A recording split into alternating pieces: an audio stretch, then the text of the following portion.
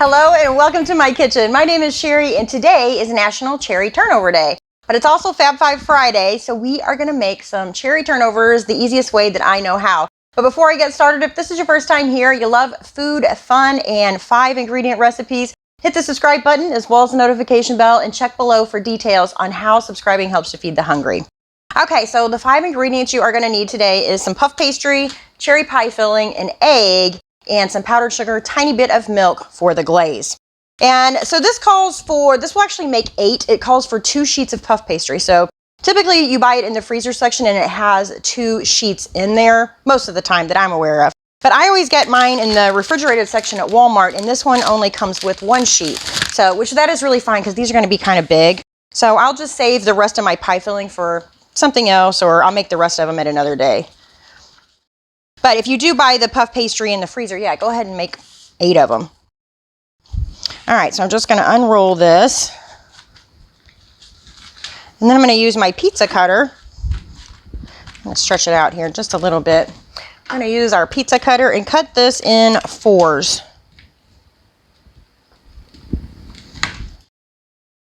And then again down the center. All right, and so these are more of a rectangle shape than they are a square. So instead of folding these like corner to corner to make like a triangle shape turnover, I think I'm going to fold them like this. We'll just fold them in half and they'll be more like almost like a McDonald's apple pie. We'll cut the little slits in the top of them. But you could definitely roll this out more into a square if you wanted to and do it that way. All right, so we're just going to take a little bit. I guess I need to put it on one side of our filling here. A couple scoops on each one. All right, that looks pretty good. So we will go ahead and fold this corner over. And I'm going to leave these on my parchment paper so that it doesn't stick to my pan. All right, let's go ahead and fold all of them over real quick. And then I'm just going to take the tines of my fork and we will go around each one and kind of press them, the seams together. And then I'm going to move these just so they're not, touching, so they're not laying on top of each other.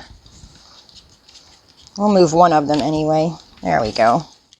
There, now we can go ahead and do those sides. And you know what else would have helped to help seal these is take a little bit of the egg wash that I have that I'm going to brush on top. And we can brush that on the edges, and then when we press it together, it'll help it seal. But I forgot, so we'll just hope they stay sealed. All right, so let's grab a knife and we will poke some little holes in the top of our pastry here. And this doesn't seem to be the easiest, so let's grab some kitchen shears. I think it might be easier if we just kind of snip down in there like we're doing surgery. So 3 little snips. There, that's much easier, isn't it? There we go. Perfect. Okay, so then I've got my little basting brush here. So I have some egg white that I just mixed together with a little bit of water. And then we're just going to brush the top of these. All right, and then once we have them all brushed, I'm going to go ahead and transfer these to the oven, 375 degrees. I'm going to say about 20 minutes or so. I'll probably start checking them about 15 minutes in though. Look how pretty our turnovers turned out. Turnovers turned out. Now we just need to make a little bit of a glaze. So I've got a little tiny bit of milk. I'm just going to stir into my powdered sugar here. And I didn't measure anything. I just kind of threw a little bit in a bowl. And then I'm just going to mix in enough milk to make a glaze.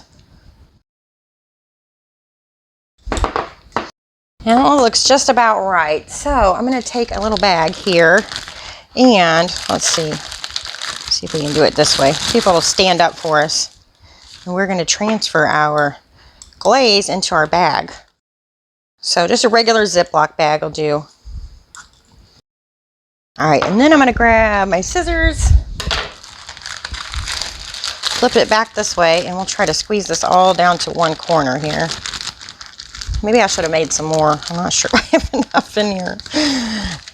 I think that's pretty good.